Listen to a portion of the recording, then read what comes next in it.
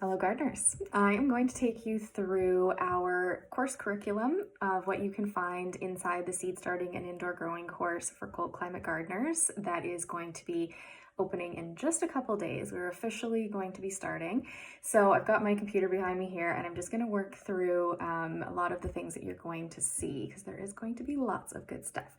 So we're going to start, of course, with the basics, just simple seed starting. How the heck do we get those seeds to germinate? What are all the little things we need to worry about to make that happen? Lighting, of course, is going to be a big factor. So that's going to be something that we'll talk about. We have to mimic the sun, and there's some nuances that can go with that. Good news is, though, is that prices of grow lights these days have become much more manageable. So we'll talk all about options. Container options, and also soil blocking. So I have quite a diverse collection of indoor growing stuff, and I've recently converted to soil blocking, but I'm going to share the works with you so you can sort of decide what is best for your personal setup and what you want out of it. All about watering. That's obviously a very big important one. We're going to problem solve, so lots of different troubleshooting. We're going to talk about transplanting, and transplanting is a little bit unique indoors. So there's some nuances, some timing, certain pot sizes, some plants grow faster and slower. So we just have to learn how to read and understand what needs to happen and when. Advanced seed starting techniques, so things like cold stratification, scarification, just some pre-treatments that we might need to consider depending on what seeds we want to grow. Things like temperature management, which can be quite varied from heat mats to actually having to heat our room, different times of day, that sort of thing. Fertility, so what are we going to feed our plants? I am an organic grower, so I'm going to share what that means for seed starting indoors. And pest management, of course, because, well, bugs are going to probably find us. So how the heck do we deal with them? We're not going to pretend like they're not going to show up. We're going to be prepared for that. We're going to get into hardening off. So different kinds of plants, cool season plants, heat loving plants. There's, a little bit of a different process sometimes for those. And my favorite is we're going to talk about greenhouses and low tunnels as well, how you can use those.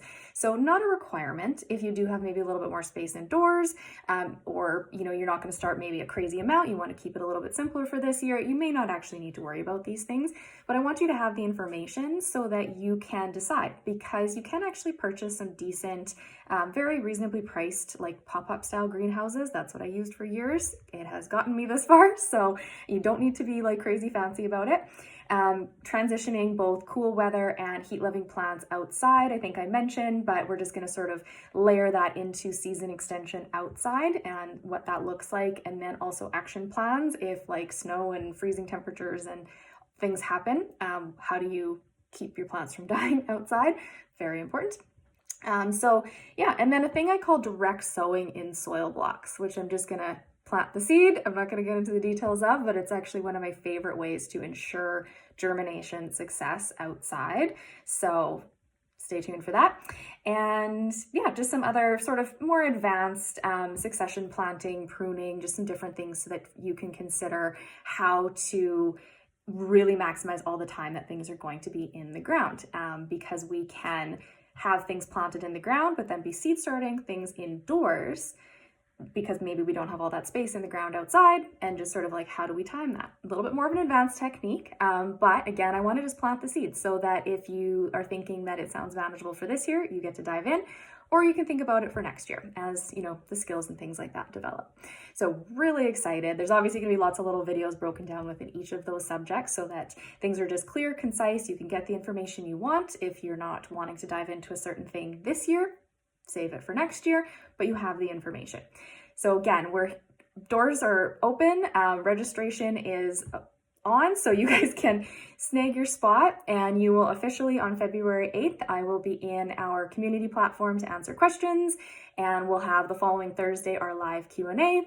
And then there's going to be a lot of live planting days sprinkled throughout mornings, evenings, weekends, so that I think almost anyone would be able to tune in and join, where we just get to hang out, plant together, ask questions. You get to see my setup a little more. You can show me yours, which I'm super excited about, and we can just talk about all the little nuances, because everyone grows just a little bit differently, right? So I don't want you to have to be stuck to one thing. I want you to have the freedom to adapt and maybe get inspiration from your fellow gardeners as well.